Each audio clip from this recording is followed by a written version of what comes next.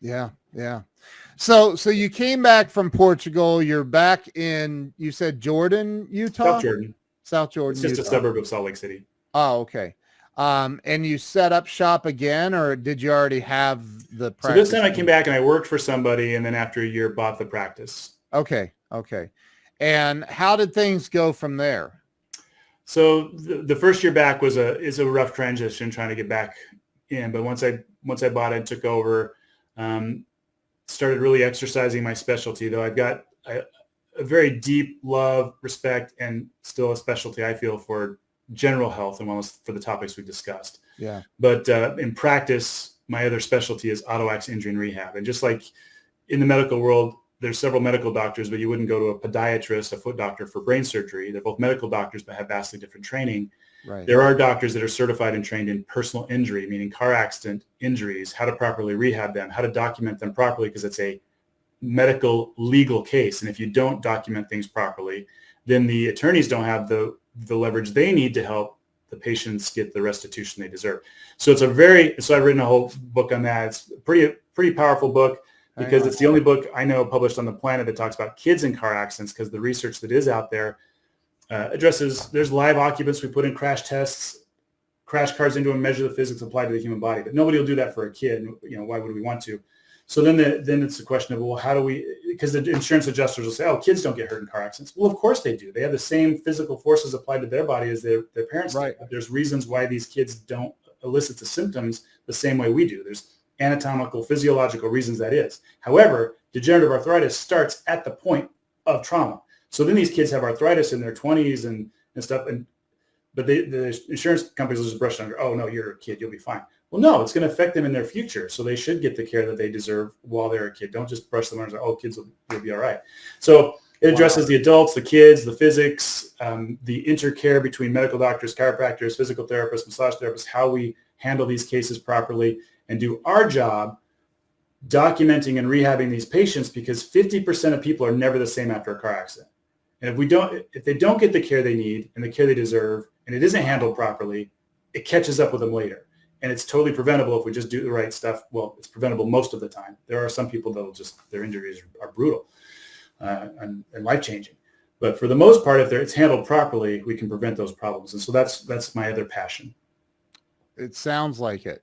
Like you just lit up when you started talking about that. So how many people are in, what are the national statistics? I mean, how many people are in an auto accident annually? There are 1.5 million auto accidents per year on average in the U.S. and 3 million injuries per year. So usually there's more than one occupant in the vehicle or involved, because it's usually two cars or more.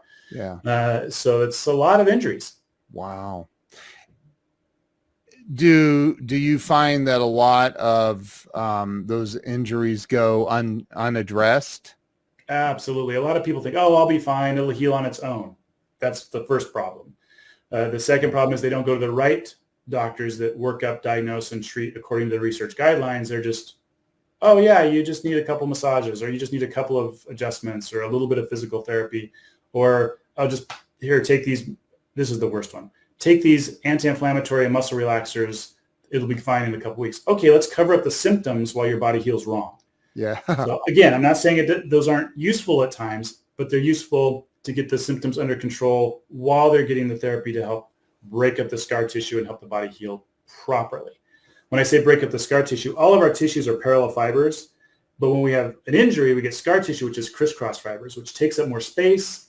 So then we can put start space occupying, pinching on a nerve. Now we've got chronic lifelong problems. But if we just adjust it, massage it, do the physical therapy and the exercises, we can help it heal up with healthy tissue rather than just unguided super glue. I hope that makes sense using that little. Too much sense, actually. Like now I'm wondering like what the heck has healed improperly in my body. Mm-hmm. So okay, I never even thought of that. Who would think of that? Most people would never think of that. Yeah. But you deal, like, that's your deal, right? Yeah, like right. You deal with it every day, but most people don't think, like, has my tissue healed properly? Right. Because as it's healing, it's, the inflammation slowly comes down, so the pain's going away, but it's healing wrong. And then it hits that point, the research shows about 2 years out, where now it's putting pressure on that nerve chronically for the rest of their life. Now you try to work on it, it's super glue. It's harder to break up now than it would have been in the beginning if we'd just done the care when the injuries were fresh. Okay, but can you break it up? Some, but it's going to take longer, and it's not going to be, you can't break up all of it. So it's more difficult. Wow. Yeah. So it's best, what you're saying, I don't want to put words in your mouth, but it sounds like you're saying that it's best to address it up front. Absolutely.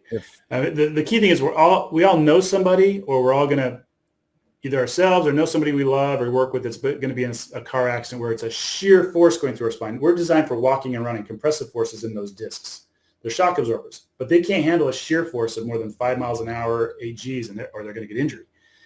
If we get that care early on, symptom or no symptom, we can prevent or heal up a lot of those injuries so we age gracefully to 100 years and beyond. And we don't end up with all those crisis problems in our geriatric years. We can actually enjoy our geriatric retired years or retired years pre-geriatric.